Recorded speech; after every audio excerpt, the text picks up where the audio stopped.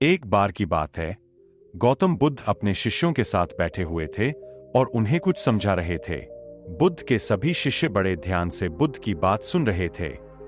बुद्ध और उनके सभी भिक्षुओं ने देखा कि एक आदमी बहुत तेजी से उनकी ओर आ रहा है और वह आदमी बहुत गुस्से में है और कुछ बड़बड़ा रहा है। उस व्यक्ति को देखकर गौतम बुद्ध के कुछ शिष्यों को लगता है कि वह कुछ बुरा करने के लिए आ रहा है। इसीलिए गौतम बुद्ध के दो शिष्य दौड़कर उस आदमी के पास चले जाते हैं और उसे रोक लेते हैं।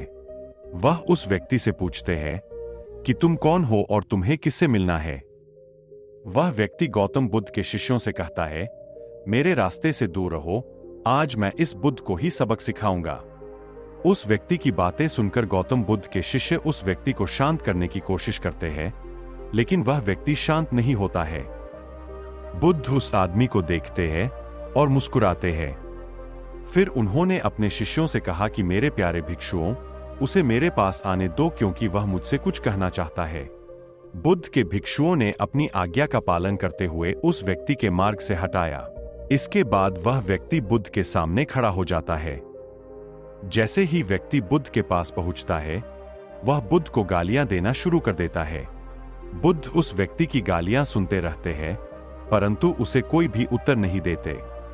काफी देर तक बुद्ध को गाली देने के बाद व्यक्ति मन में सोचता है कि मेरी गालियों का बुद्ध पर कोई असर नहीं हो रहा है।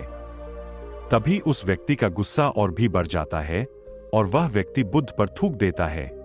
इसके बाद बुद्ध एक कपड़ा उठाते हैं और उस थूक को पोंछते हैं। यह देखकर गौतम बुद्ध के सभी भिक्षुक क्रोध से भर जाते हैं, लेकिन बुद्ध की अनुमति के बिना कोई भी भिक्षुक अपना क्रोध व्यक्त नहीं करता। वह व्यक्ति फिर से बुद्ध पर थूकता है और बुद्ध फिर से कपड़ा उठाते हैं और थूक साफ करते हैं। मित्र, तुम कुछ और कहना चाहते हो? बुद्ध मुस्कुराकर पूछते हैं। जैसे ही वह व्यक्ति बुद्ध का यह प्रश्न सुनता है, तो वह व्यक्ति अंदर तक हिल जाता है। फिर वह व्यक्ति बुद्ध को कोई उत्तर नहीं दे पाता और तुरंत वहां से चला जाता है। बुद्ध के सभी भिक्षुओं के मन में यह सवाल उठता है कि उस व्यक्ति ने बुद्ध का इतना अपमान किया, लेकिन बुद्ध ने उस व्यक्ति से ऐसा क्यों कहा और क्या वह कुछ और भी कहना चाहता था।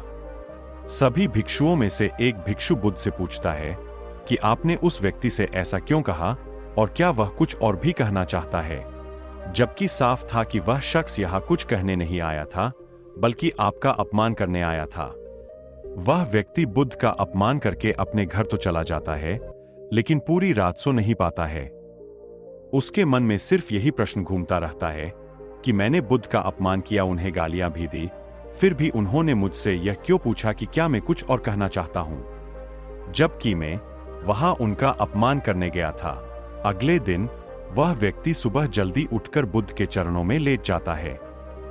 बुद्ध के सभी शिष्य यह देखकर आश्चर्यचकित रह गए कि जिस व्यक्ति ने कल बुद्ध का अपमान किया था वह आज रो रहा है और बुद्ध के चरणों में पड़ा हुआ है। बुद्ध उस व्यक्ति को उठाते हैं और उस व्यक्ति से कहते हैं, मित्र, क्या तुम कुछ और भी कहना चाहते हो? इसी बीच बुद्ध के एक भिक्षु ने बुद्ध को टोकते हुए उनसे पूछा, बुद्ध, कल जब यह व्यक्ति आपका अपमान कर रहा था तो आपने भी यही कहा था, क्या आपके पास कहने के लिए कुछ और है? और आज यह व्यक्ति आपके सामने रो रहा है, तुम अभी भी यही कह रहे हो, इसका क्या मतलब है? बुद्ध, कृपया हमें समझाइए। बुद्ध ने कहा कि शब्दों की कमी है। कल भी यह व्यक्ति मुझसे कुछ कहना चाहता था, लेकिन शब्द नहीं थे, इसलिए वह क्रोधित होकर मुझ पर थूककर उस बात को मुझसे कहने का प्रयास किया, और आज भी आंसू शब्द के स्थान पर असमर्थ है जो यह कहना चाहता है। उसके बाद वह व्यक्ति बुद्ध से कहता है कि बुद्ध, मुझे क्षमा कीजिए, मैंने आपका अपमान किया है। बुद्ध कहते हैं कि तुम्हें क्षमा मांगने की कोई आवश्यकता नहीं है, क्योंकि तुमने ही क्रोध किया है और उसका दुख भी भोगा है। आपने दूसरे को क्या नुकसान पहुंचाया?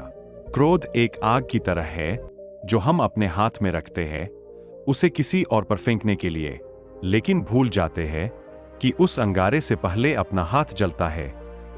दोस्तों, अगर आपको ये कहानी अच्छी लगी हो तो कृपया करके आपकी प्यारी चैनल पीसफुल बुद्धा को सब्सक्राइब अवश्य करें, ताकि ऐसी ही सीख देने वाली कहानी हम आप तक पहुंचा सके।